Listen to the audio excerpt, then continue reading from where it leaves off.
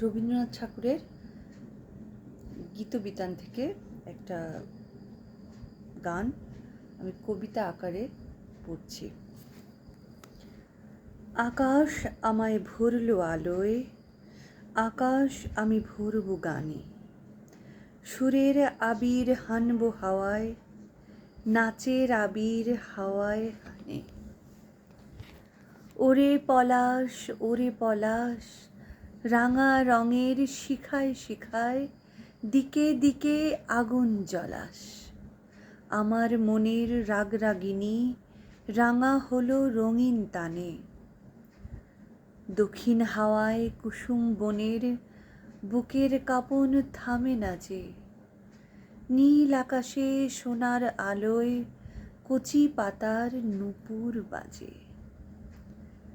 ওরে শিরিষ, ওরে শিরিষ, মৃদু হাসির অন্তরালে গন্ধ জালে শূন্য ঘিরিস। তোমার গন্ধ আমার কণ্ঠে আমার হৃদয় টেনে আনে। দুটো ফুলকে কেন্দ্র করে রবীন্দ্রনাথ ঠাকুর তার মনের যে ভাব প্রকাশ করেছেন তা আজও যেন সকলেরই মনে যেন সেই একই রেখাপাত করে। পলাশ ফুলের যে লাল রঙের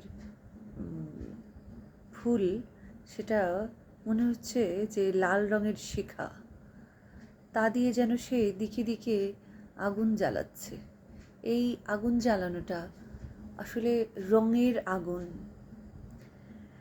হ্যাঁ, এবং এই আগুন যেমন প্রকৃতিতে লাগে তেমন মানুষের হৃদয়কেও রাঙিয়ে তোলে। আমার মনের রাগ রাগিনী রাঙা হলো রঙিন তানে। মানুষের মনও যেন ওই রঙিন পলাশ ফুলের দিকে তাকিয়ে রঙিন হয়ে ওঠে বসন্তে। এরপর উনি বলছেন, দক্ষিণ হাওয়ায় কুসুম বনের বুকের কাঁপন থামে না যে। বসন্তে যখন দক্ষিণের হাওয়া বয়ে যায় আর সেটা ফুলের বনেও বয়ে যায়, তখন মানুষের বুকের মধ্যে যেন কেঁপে ওঠে।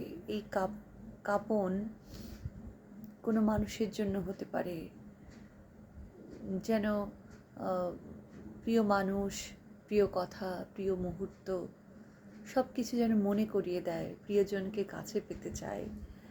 সেই দক্ষিণের হাওয়ায় যেন সেই বার্তায় বয়ে নিয়ে আসে। নীল আকাশে সোনার আলোয় কচি পাতার নূপুর বাজে। বসন্তে যে কচি পাতা প্রতিটা গাছে দেখা যায়, সেটা যেন নূপুরের মতো, যেন নীল আকাশে সোনার আলোয় সেই কচি পাতা যেন নূপুরের মতো বাজে। প্রকৃতি কন্যার চরণে যেন নূপুরের মতো বাজে।